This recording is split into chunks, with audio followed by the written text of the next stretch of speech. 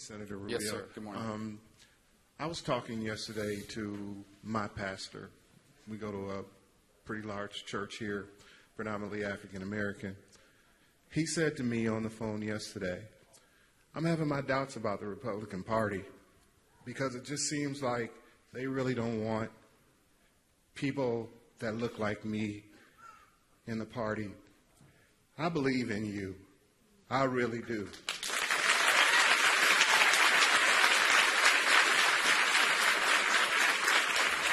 You're my number one. This is my 9-year-old right here. She knows Marco Rubio, Marco Rubio.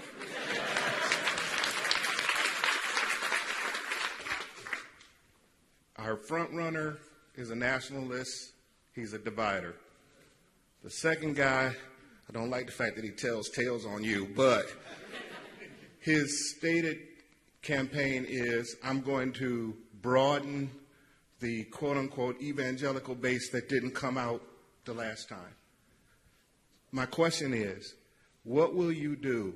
Because specifically, African Americans aren't going to vote the Republican Party, we know that, but 3 to 5% difference makes a big difference when it comes to November. I believe you can do that, but tell me how specifically you're going to do that so that I can go back and tell my friends that they need to listen to you. Yes, sir. Well,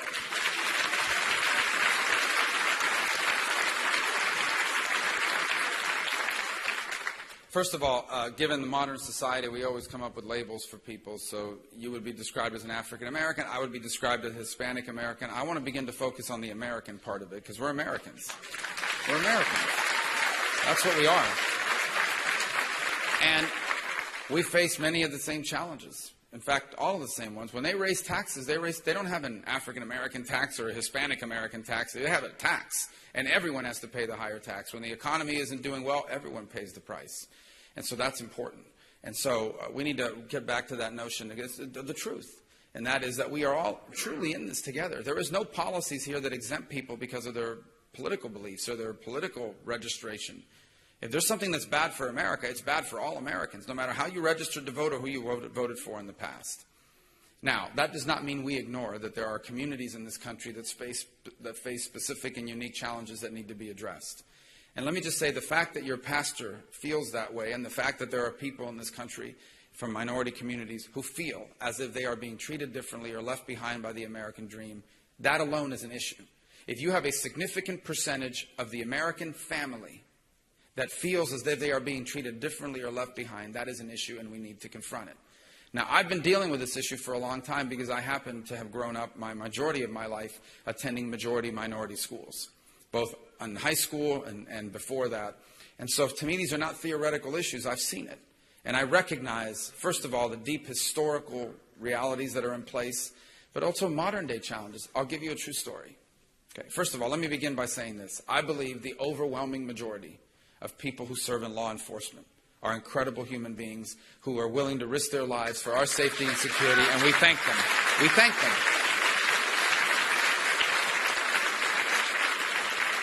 But my kids, my sons, have almost always played in majority-minority sports teams.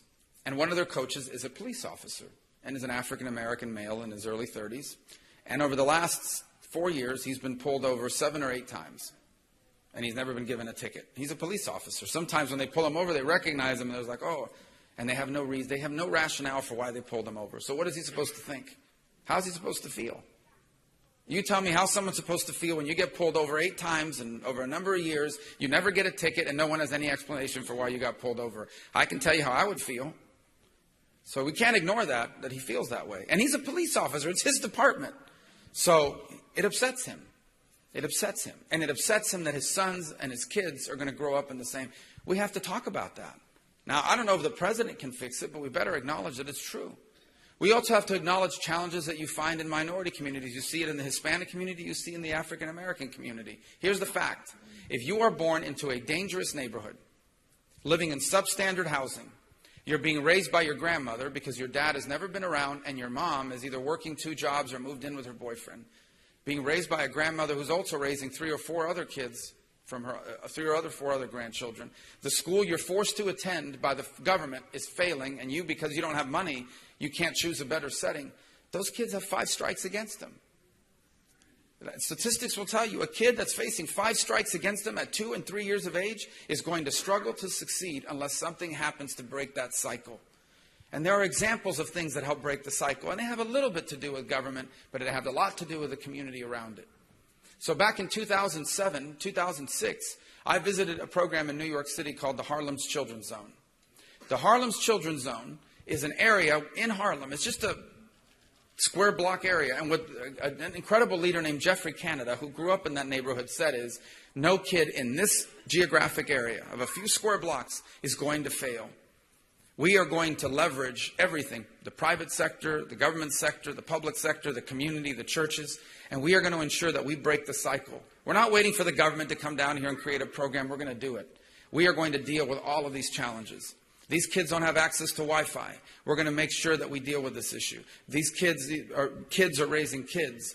We're going to have parent academies, not through government, that teach people how to raise kids. When you're 17 years old and you have a baby, someone needs to teach you about, what it takes to do these sorts of things. In essence, they dealt with all the underlying conditions. The results have been extraordinary. You have kids surrounded in a community where people are failing that are succeeding. So when I became Speaker of the Florida House, we took that model and brought it to Liberty City in Miami and opened up something called the Miami Children's Zone. Today, it's been expanded to Jacksonville and to Orlando. And it had a rough start, but it's working. In essence, we are dealing with the underlying causes. You have public housing where they take one of the units, and you know what they turned it into? A computer lab. Because these kids have to do homework at night, but they have no access to Wi-Fi. That's how you end up going to McDonald's and seeing a mom with her kids in the car on the laptop using the free Wi-Fi at McDonald's. That's a real impediment. That's why I believe in school choice. We have a school choice program in Florida where the overwhelming majority of students who use it are minority students, whose parents, for the first time in generations, have been able to put their kids in a faith-based school, but in a school of their choice. Because the only people in America who do not have school choice are poor people. Rich people have school choice. The upper middle class has school choice. Middle class, or whatever you want to call it, people move to better neighborhoods with better schools. But if you're poor, you're stuck. So that's why I support school choice. We have to break that cycle, that unfortunate, it's not just a minority phenomenon. You see it in other communities as well. But I think that's a point, one of the things that we need to address and care about. Absolutely. We have to remove any impediments that exist in the lives of our people in getting access to the American dream.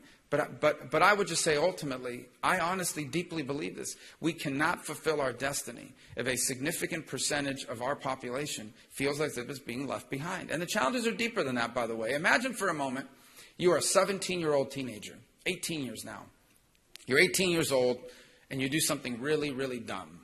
You commit a crime, not a violent crime, but, you steal something from a department store, they catch you, and they're going to lay it down on you because they're tough on crime. And we all want to be tough on crime. So now you're 18 years of age. You spend days in jail, surrounded by hardened criminals. Then you're released. They assign you a public defender who has 5,000 other cases. So this public defender convinces you to plead guilty, and you do. Now you've got a criminal record. No one ever told you that. You have a criminal record for the rest of your life. You may even have to serve some time in jail, surrounded by other dangerous criminals. When you serve time in jail, the chances of you becoming a permanent criminal spike, because you've just spent time basically in a criminal college where you are surrounded by other people that are, and then you leave and you have a stigma associated with you. And my point is, what if we could handle that a little differently? What if in this country we say, look, if you're 18 years old, you've never done anything wrong before, it's your first time ever, and it's not a violent crime or anything serious, why don't we try to divert them out of the system? Why don't we try to put a little bit of a scare in them, but more importantly to say, hey, divert them out of the court system so they don't have a record. If they have a record, they can't join the military. If they have a record, they're not going to get hired because who's going to take a chance? And as opposed to having someone stigmatized. I told the story before. My kids aren't here, so I'll tell it again. I was 18 years old.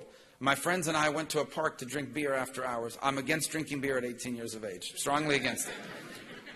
But I did something stupid, and the neighbors called the cops, and the cops showed up. And those cops could have been hard on us. They could have cuffed us and taken us in and mug shots. And now, they gave us a ticket, promise to appear, and then thank God the state attorney there just, dismissed it. they could have handled it very differently. And who knows what would have happened if they had handled it differently. But I can tell you I would have had to explain to the Florida bar. I would have had to explain to every one of my employers. I'm just saying, if we can avoid that situation early on, I think you're also going to help divert a lot of people. And again, this is a real issue in many minority communities in this country. So I do think we have to have someone at the presidency who understands and cares about these things. But for me, these issues aren't about winning the election. I'm going to do that whether minority communities vote for me or not. In essence, I'm going to be a president that loves the American people, even the people that don't love me back. I have to be president of every American, and I will look out for their best interest, because ultimately the country I want my children to inherit is a country where no one feels the way your pastor feels right now. And we're going to change that. We're going to work every day to change that, because we can't fulfill our destiny if we don't.